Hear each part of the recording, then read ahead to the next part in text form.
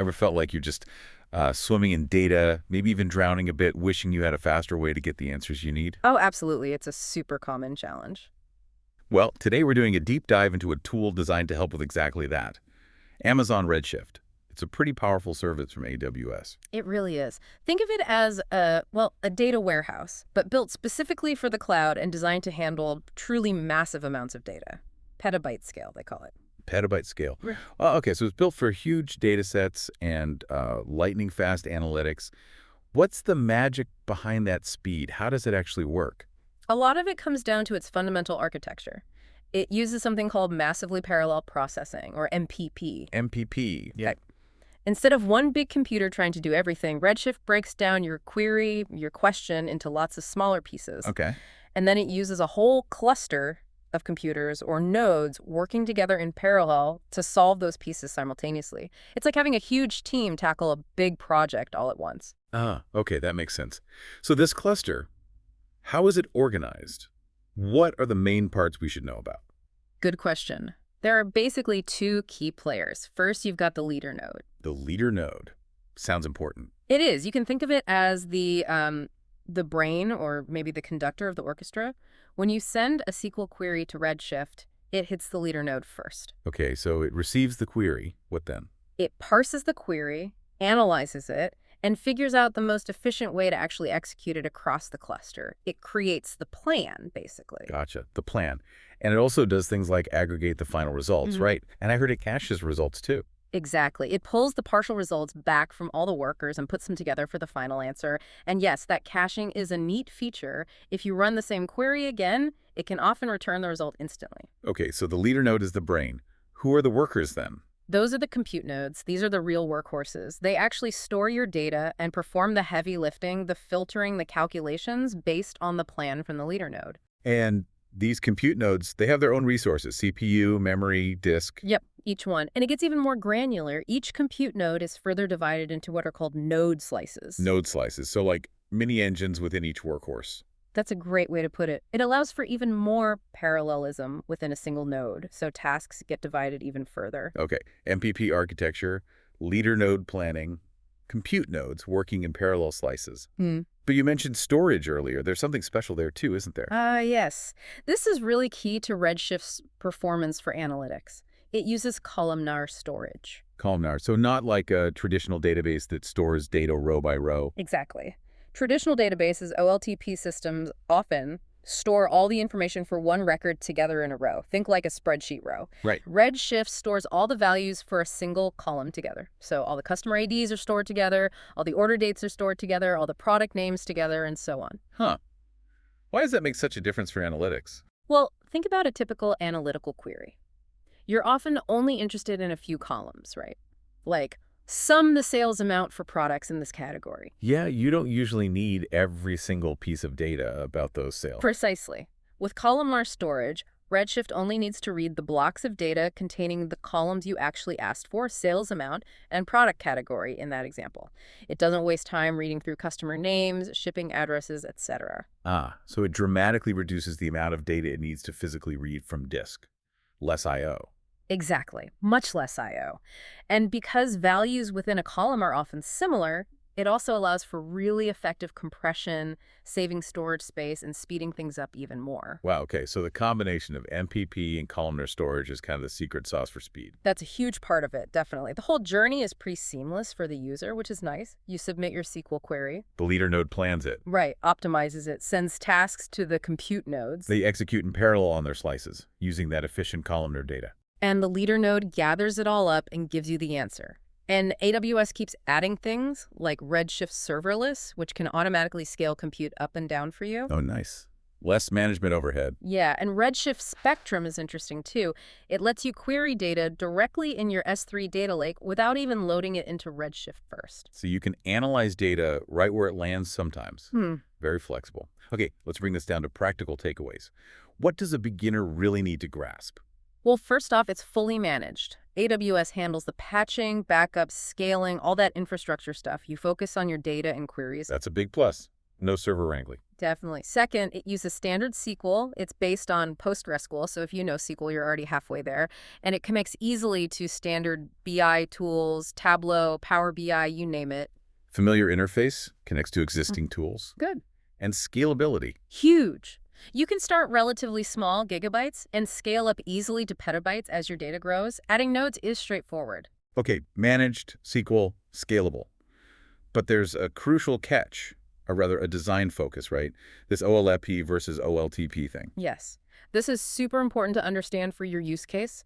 Redshift is built for OLAP online analytical processing. Think complex queries, aggregations, business intelligence, reporting on large data sets. Analyzing trends, patterns over lots of data. Exactly. It is not designed for OLTP online transactional processing.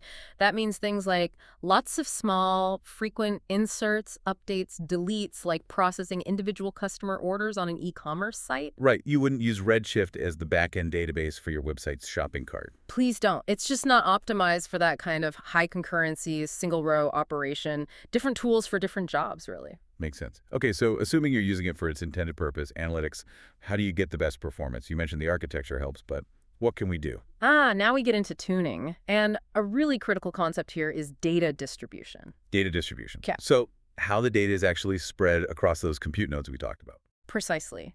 How rows from your tables are assigned to the different nodes and slices. Getting this right is paramount because it directly impacts how much data needs to be moved between nodes during query execution. And moving data between nodes is slow, right? Network traffic. Exactly. You want to minimize that data shuffling as much as possible. Redshift needs data co-located on the same node to perform joins or aggregations efficiently.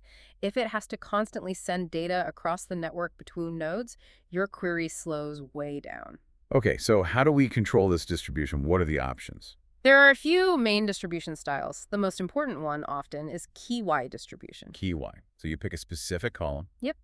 You choose a column like maybe customer ID or order ID, and Redshift ensures that all rows with the same value in that key column are stored on the same node slice.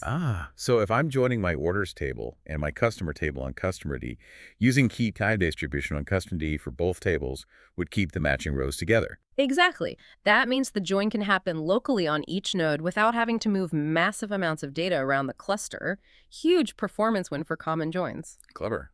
What are the other styles? There's even distribution.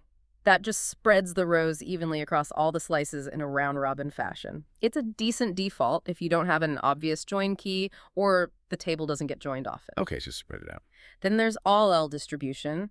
This one actually replicates the entire table's data onto every single compute node. Whoa, the whole table everywhere. Doesn't that waste space? It does use more storage, yes, so you only use it for relatively small tables. Think like dimension tables, maybe a table of country codes or product categories that doesn't change much and isn't huge, maybe under 3 million rows is a rough guide. And why would you do that?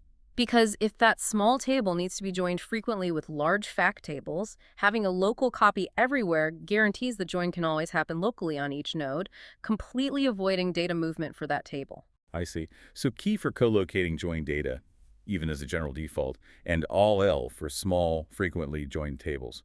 Is there an automatic option? There is auto distribution.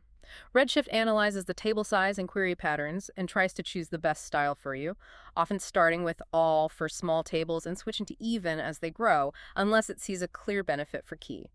Okay, so understanding distribution is key to minimizing that data shuffling. Absolutely critical for query performance, especially as your data scales. Right, so knowing that, what other concrete things can we do when writing our queries to make them run faster? Good question. Beyond distribution, think about sort keys. You can define one or more columns as sort keys for a table. Sort keys, like indexing. Sort of, but different.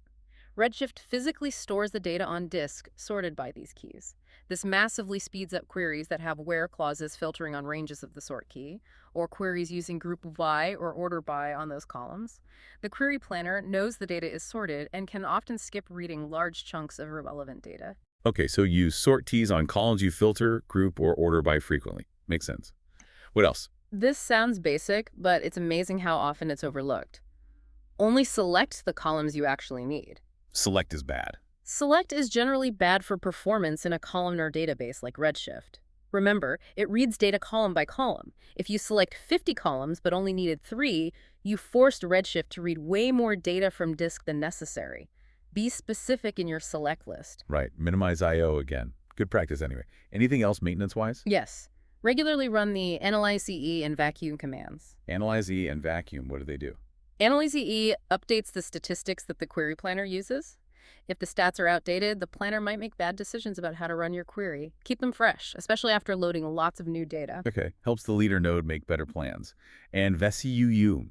VESUM does a couple of things. It reclaims disk space marked for deletion by previous delete or update operations, and it can also resort the table based on its sort keys if the data has become unsorted due to loads or updates. It keeps things tidy and performant. Got it. So distribute data wisely, use sort keys, select only needed columns, and keep stats updated with Analyze E and vacuum. That covers some of the most important optimization techniques, yes. Put it all together, and you're leveraging Redshift's power much more effectively. Excellent. So to wrap up, Well, Amazon Redshift, at its core, is this purpose-built, cloud-based data warehouse designed for really fast, scalable analytics. It achieves this through that massively parallel processing architecture and the clever use of columnar storage. and by understanding how these pieces work together, the nodes, the storage, the data distribution, and applying optimization techniques, you really move beyond just using a tool. You start becoming sort of an architect of efficient insights yourself. Well said. So here's a final thought for you listening. Reflect on the other tools you use regularly, maybe even outside of data warehousing. How much do you really know about their underlying architecture? And how may taking a deeper dive into how they work, like we did with Redshift today, unlock totally new levels of performance and understanding for you?